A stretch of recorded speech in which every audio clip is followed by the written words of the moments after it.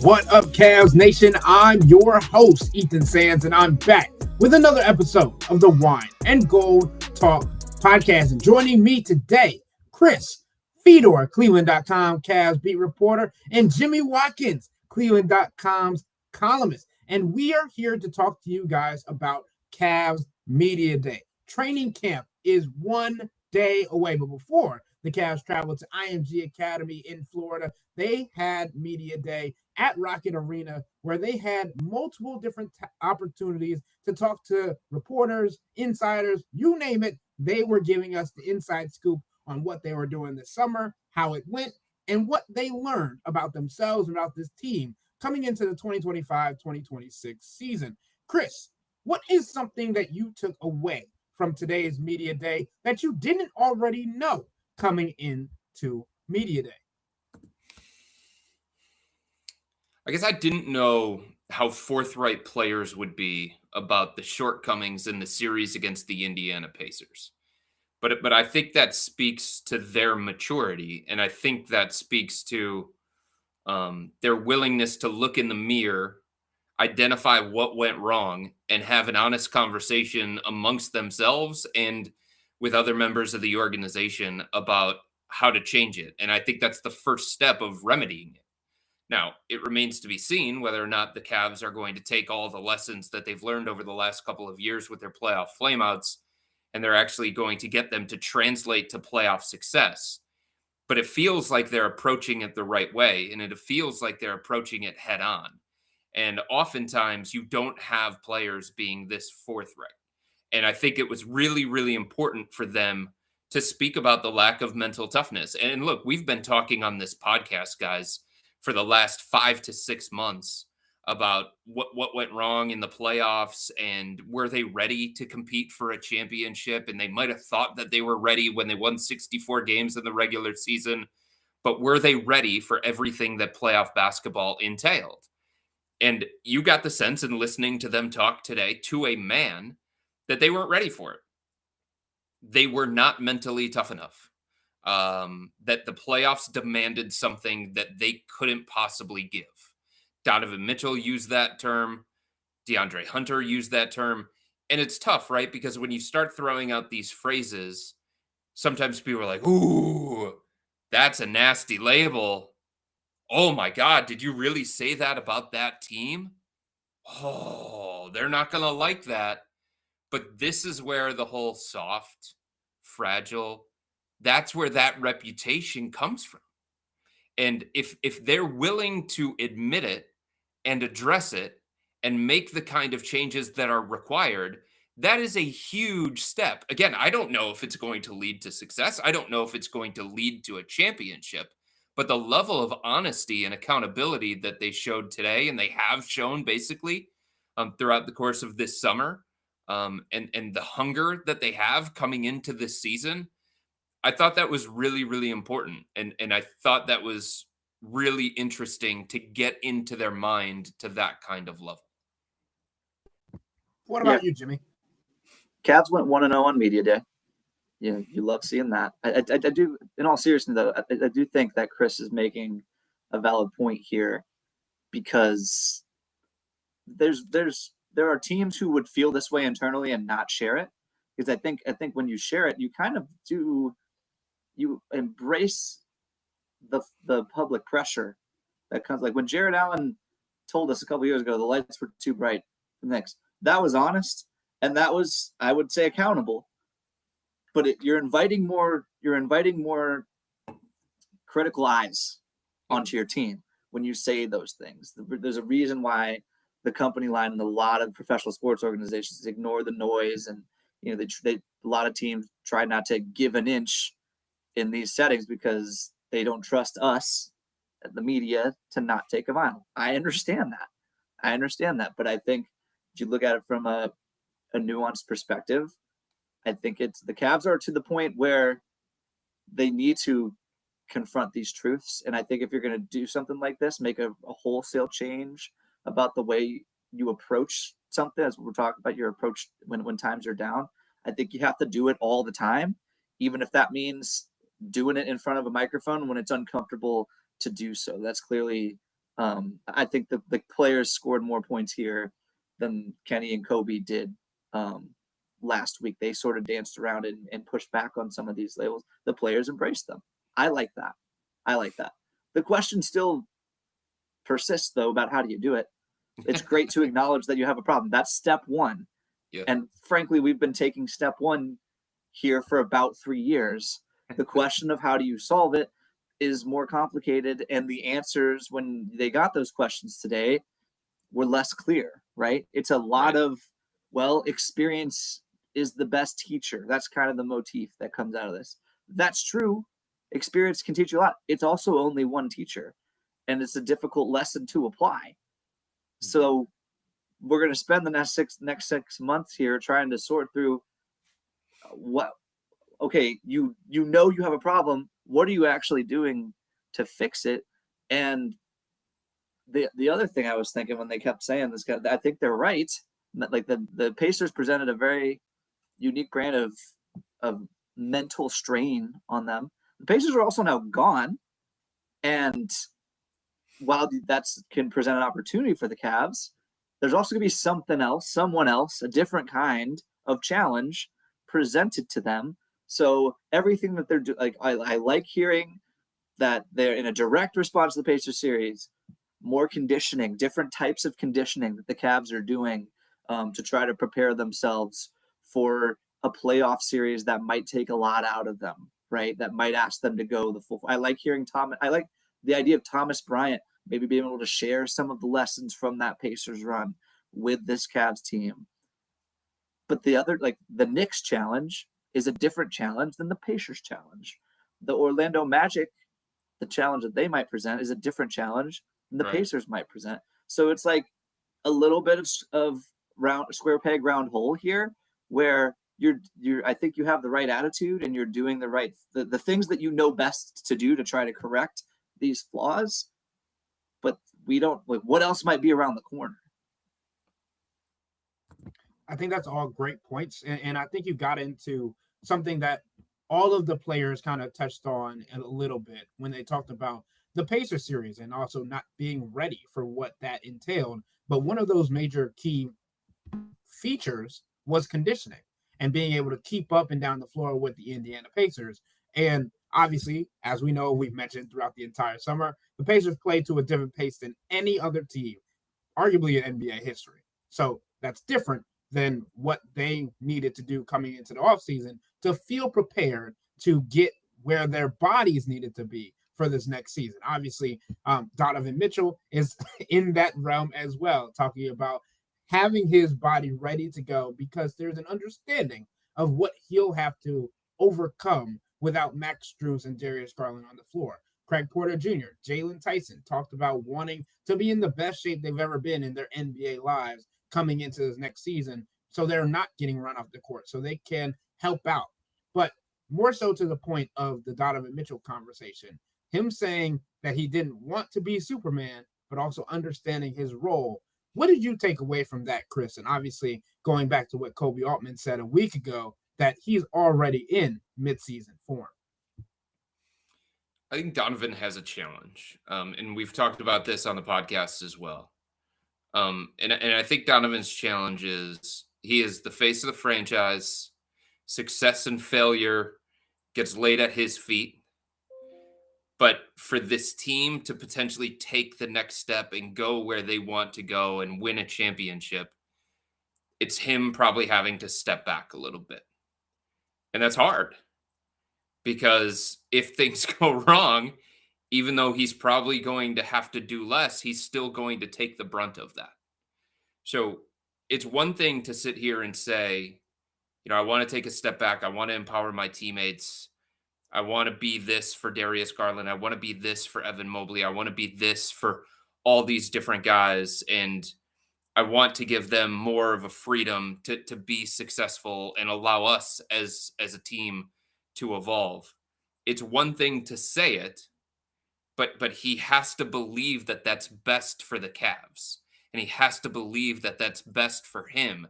And he has to believe that the other guys that he's trying to empower are ready to win at the level that Donovan believes he is ready to win. That's his challenge. And I don't know what the right answer is. And even Donovan kind of touched on it a little bit today at Media Day. And he said, look, if everybody had the blueprint for how to do that, there would be a blueprint out there. But everybody is required to try and figure it out on their own. And it's based on what situation are you in? How ready are your teammates for something like that? But I do think it's going to be fascinating to see just the approach that Donovan is willing to take early on in the season when there is no Darius, when there is no Max, and whether or not or how much that continues to evolve as the season goes on and then getting into the playoffs. Excited and a little worried about watching Donovan Mitchell over the first, call it, month to 60 days of this season. He kind of today he confirmed what we were hinting at last week when Kobe said he's in midseason form and we're already trying to figure out how to scale him back. He said directly, this new version of conditioning that he is walking in with, classic best shape of your life storyline for Media Day, right? Was in direct response to Darius's injury and Max's injury. Yeah. And it's really hard to read that any other way as he knows he has to do more. I've got to do more. To a certain extent, true. You do. You need to, Donovan's leadership, whether that means scoring 40 points or not, is never going to be more important than it will be over the first, 12, 15 games of this season. Just steering. There's going to be a lot of young guys playing, a lot of guys stepping up a role, and he's obviously always going to be the steadying force here. But to Chris's point, I also like, in the spirit of accountability, I liked Evan Mobley saying today, when the ball doesn't find me in the fourth quarter, I need to go get it. I need to find ways to do that. I like that. But we all know, as we've talked about over the summer, that Donovan's got to give it to him. Donovan's got to relinquish control. I'm at the point now, I think the Cavs need to lose some regular season games trying to do stuff. Right? I think that's, if they don't, sweet. Obviously, you'd rather learn by winning. But let Evan Mobley, I'm going to go over, maybe this is too far, but I'd rather go into total Donovan Mitchell spirit. This is exactly what he said today. I'd rather ramp it all the way up and have to adjust down than the other way, right? So let Evan Mobley do bag work. Let him dribble a lot, physically dribble. There's a lot of talking today about Evan Mobley physically dribbling the basketball. Not just last year, Evan Mobley took the ball up sometimes and then would immediately pivot it to a dribble handoff. No. You run this possession. Or we're going to throw you the ball and we're not going to give you a bunch of help. We're not going to run a bunch of fancy stuff. Just go. Is that the best process on a per possession basis? No, it isn't. Mm-hmm. Is it really, really, really good and important for Evan Mobley's personal development? Yes, it is. And I think that's where the beginning of the season should tilt. But is Donovan Mitchell's a maniacal competitor? All the reasons you love Donovan Mitchell, yes. Maniacal competitor, incredible sense. Kenny's praised his sense of when to take over a moment. Donovan, and I agree with that. I think he has a great sense of that. He has to ignore those instincts a little bit. It's going to be it's all counterintuitive, but I think that's all really important for what the Cavs are trying to do big picture. So Donovan said something today about it doesn't matter where we're seated. It doesn't matter where we're slated, if we're first or we're eighth. And I wish I believed that. I don't believe that. I don't believe that coming from Donovan. Now, LeBron used to say those things, and he meant it because his actions during the regular season showed you that he meant it. He was willing to do those. He was willing to create drama. He was willing to create chaos. And even if it meant losing streaks, and even if it meant difficult conversations, it was better for them in the end because he wanted them to get used to being comfortable in uncomfortable situations. And I don't know that Donovan, and I don't think he has to go to drastic lengths, but I just don't know that Donovan's wired that same kind of way. I think the losing would catch up to. If you remember a couple of years ago, the Cavs were in the middle of a bad stretch. Like Donovan's first instinct was, I need to play 45 minutes. Even though he was playing on a bad knee at the time, Donovan didn't want to sit. Donovan didn't want to miss games. Now, that was a different situation, obviously, because the Cavs were fighting for seeding and they were fighting for playoff positioning and stuff like that. But this organization, it feels like, is in a different place than that a couple of years ago. And I think Donovan needs to recognize that it really doesn't matter what seed they are. I guess it does from a home court advantage perspective, but if it benefits them in the long term to have some short-term pain or some struggle throughout the course of the journey, that can be healthy and that can be beneficial to them. Like another example, and again, I don't think Donovan has to go drastic here, but another example, the first year that LeBron James and Kyrie are together, Kyrie had bad habits. He knew nothing about winning basketball. He could put up big numbers. He was brilliant offensively. He had a rookie of the year. He was living up to the reputation of being the number one overall pick. But he had bad habits, and he didn't know how to be a winning basketball player. So the Cavs are in the middle of a road trip, and LeBron recognizes it. And he's thinking to himself, how am I going to get this dude to understand his way is not going to lead to us winning a championship? What do I have to do for him to realize it? So they play a game. LeBron gives the ball to Kyrie, and for the entire game, basically, LeBron just goes stand in the corner. All right, dude, you want to play by yourself? You want to dribble out there? You want to go isolation? You want to do the things that show up on YouTube and that become internet sensations and stuff? Like, you're capable of that. I know you're capable of that. I've seen you do that. The Uncle Drew type stuff. You want to do all that? All right, do all that against the other team. I'm just going to go stand over here in the corner. And you see how successful that is for you. And you see how successful that is for this basketball team. And that was an eye-opener for Kyrie. That was an eye-opener for the Cavs.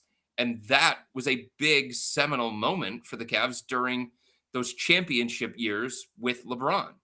And again, I don't think Donovan has to go that drastic. But I do think there has to be some of the, I'm taking a step back. If that means we lose a game here in October or November, then we lose a game here in October or November.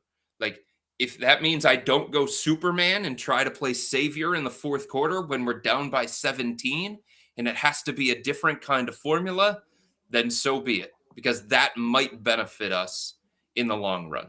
And again, I think it's just going to be fascinating to see the approach that Donovan takes. He started to take it last year. He did, because he saw the brilliance in Evan Mobley. But when things got difficult and Evan was banged up and Darius wasn't there and all the things were starting to go haywire for the Cavs in that series against Indiana, his natural inclination was, I'm going to take 30 shots. And I think real quick, I love this framing as LeBron as evil genius, who I think I might have some questions about his methodology. Sure. About what was happening. He didn't do everything right. Right. But the results, the guy just won the East every single year. And maybe some of the adversity wasn't manufactured. At times, LeBron had real doubts about what was happening around him. But in the end, directly or indirectly, he did shape those teams into the kind of warriors that they needed to be in the playoffs. And for Donovan, I'm thinking now about one of the quotes he gave.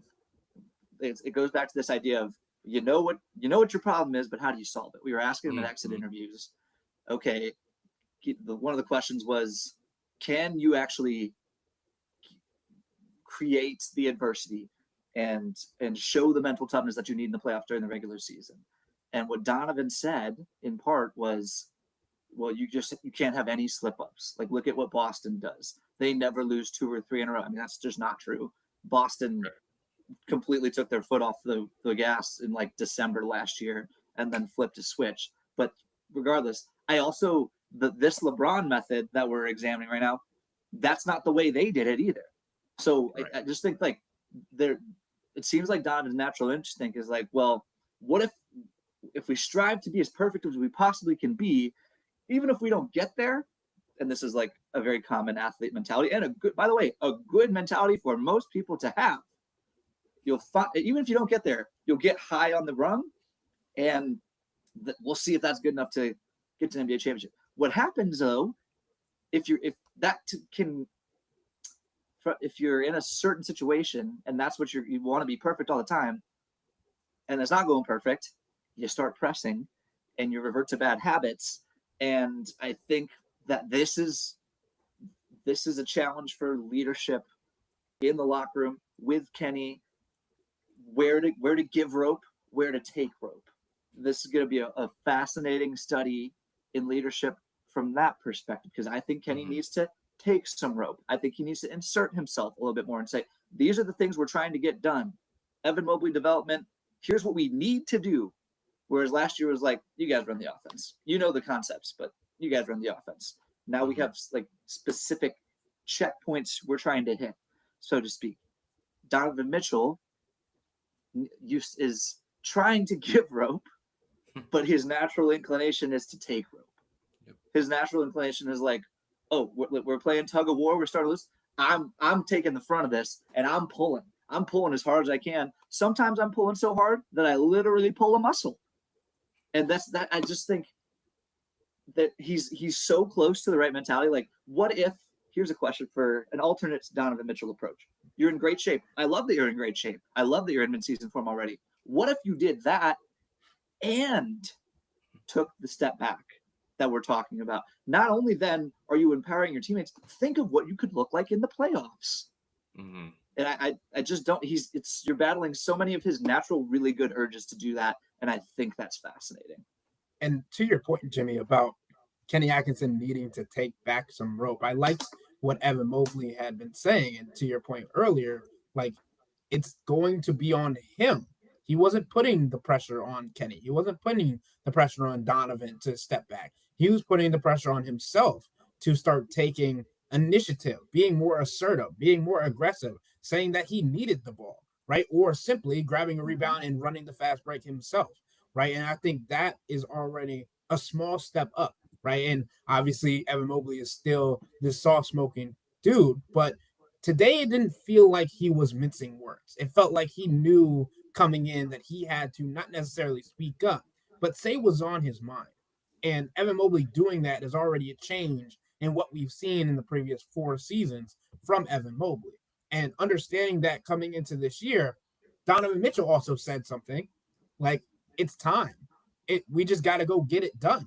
It is time. And necessarily he was talking to the media and about a championship and all these things, but he also could have been alluded to, I know you guys have been talking about Evan Mobley the last couple of years. He made this jump, defensive player of the year, all NBA second team, all-star for the first time, all these things.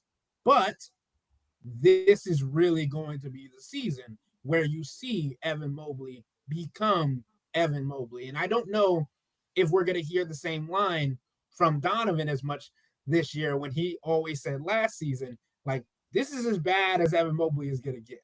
This is the bottom floor. This is where he can rise up from.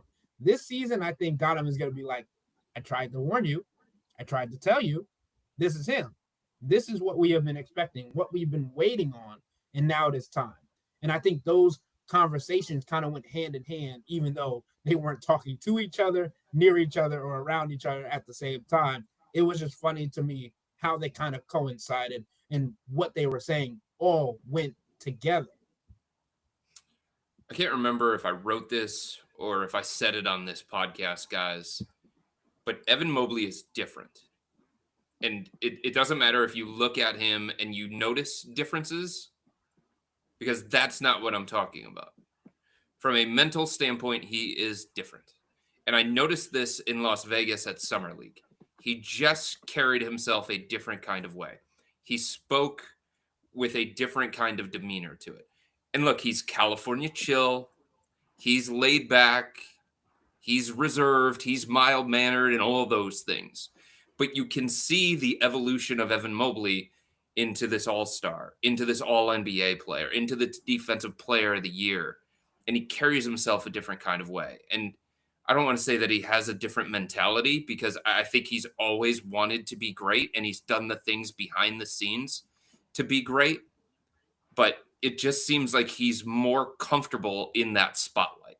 He's more comfortable with all the stuff that come with being a star. Now it's got to translate to the court. Now it's got to be an all the time thing when it comes to production and when it comes to impact and when it comes to all those different things. But Kenny Atkinson talked about it throughout the course of last year, and Donovan Mitchell was talking about it, even though they didn't come out and say it in big, bold, viral quotes. They were hinting at Evan Mobley is learning how to be a star and everything that it takes to be a star. And some guys learn it right away and they can handle it right away. And other guys, it might take them a little bit longer to get comfortable with all those different things. And I think you started to kind of see the shift with Evan around All-Star when he was a little bit more vocal about, hey, like, yeah, you're talking about Wemby, but why can't I be the future of the NBA here? Why can't I be an MVP candidate in the next 5 years? And then when he won Defensive Player of the Year, his value was reaffirmed. His place in the NBA as an elite defender was reaffirmed. And then he makes his first All-Star team. Then he makes his first All-NBA team. And all that kind of stuff is like, yeah, Donovan's here. Yeah, we have Darius. But it's me. Like, everybody has been telling me since I was drafted that I'm the one. That I'm the franchise face. That I'm the guy that, with me, the banner is going to come. And even though people were saying that over and over and over to Evan Mobley, I think he needed time to process, okay, what does that really mean? And what do I have to be both on the court and off the court to become that kind of guy? And even listening to him talk today, going through the transcript, hearing the sound in his voice, he just wasn't timid. He just wasn't somebody who was going to be comfortable being in the background. Like, this dude, and I know I sound probably like Dr. Phil here with the psychology of basketball and stuff like that, guys. But really, like, everything about Evan Mobley, whether it was my conversation with him in Vegas at Summer League, or my conversation with him at Darius's celebrity softball game, or the way that, you know, he has turned into a two-way force in the NBA, like, everything about Evan Mobley speaks to he is ready to be a star in big, bold capital letters, and he's ready to embrace and accept everything that comes with that.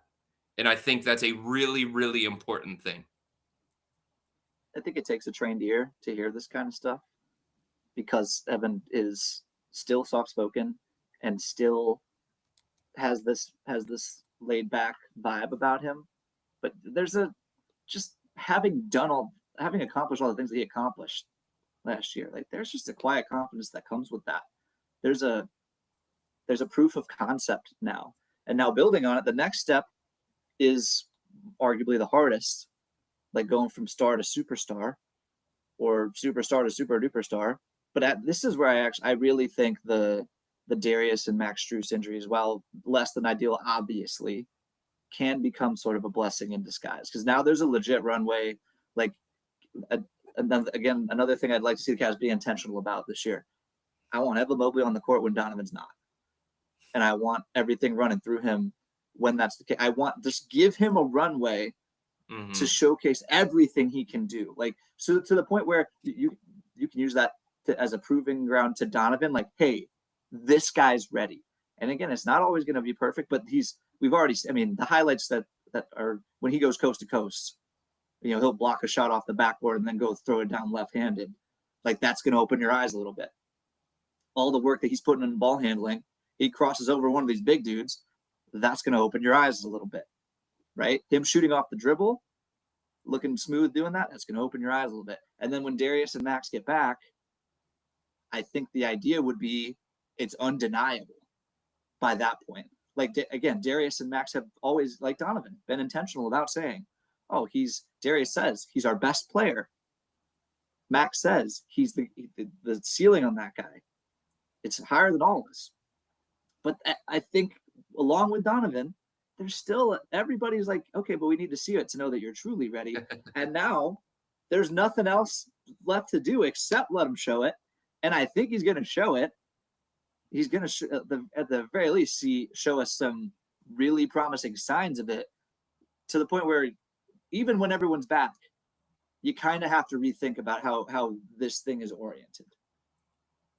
Yeah, and I think that's well said by the two of you. Obviously, we have to wait and see how training camp goes, how preseason goes. But I'm definitely interested, Jimmy, to your point of Donovan Mitchell not being on the court and Evan Mobley being on the court.